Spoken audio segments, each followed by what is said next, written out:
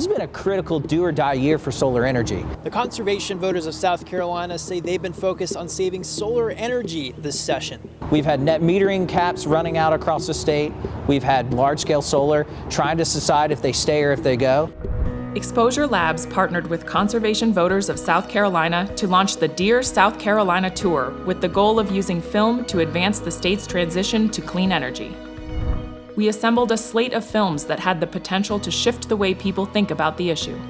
I did not expect this film to bring it together for me. It really just brought it back home, what damage can be done when man does not take care of Mother Nature. Here in Georgetown, it's now time for us to start thinking about other ways to get our energy. After each film, guests shared personal messages with their local leaders, calling for a transition to clean energy. I think what excites me the most about the Dear South Carolina campaign is that for years we've known there was huge support for clean energy, but we've never really had the right way to get that support expressed. And so Dear South Carolina has really allowed us to raise a variety of voices in South Carolina that have always quietly wanted to see an energy transformation, and now they're getting the chance to make their voice heard. We worked with CVSC to build a network of field organizers to scale this model, helping us break into new regions that needed more support. We focused on attracting new audiences that legislators don't typically hear from on this issue. Very, very important that the veterans are heard on this issue. They're the ones that are making the sacrifice to make this happen. Awareness grows at home, so we start small and then grow bigger and hopefully make a big change. We're called to be good stewards of God's creation, and we are not the creator. We engaged dozens of local groups, from churches, to schools, to the military, to chambers of commerce, to breweries, to yoga studios. To get the attention of legislators, CVSC shared messages at dearsouthcarolina.com and through social media, pushing many to attend our events and respond to their constituents. The events created a safe space for legislators to express their support for clean energy on the record.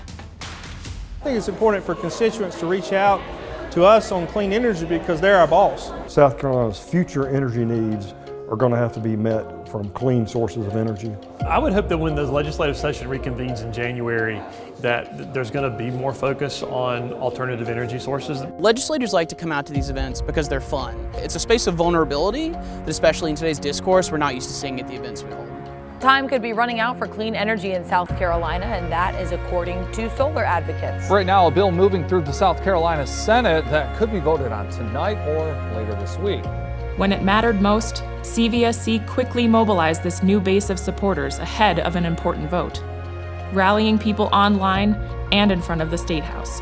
Despite a well-organized opposition, this visible groundswell of support could no longer be ignored. In May 2019, the Energy Freedom Act passed unanimously in the House and Senate, making solar a more competitive option for South Carolina. So the impact of this campaign has been outstanding on conservation voters. We saw a 30% increase in individual contacts to their legislatures, injecting our organizing program and really the organization as a whole with just a shot of adrenaline. Film is an organizing tool. It's glue, it's a connection. It opens doors that we've never been able to open before. Through the power of film and partnership, we can make climate action unstoppable. Learn more at weareunstoppable.com.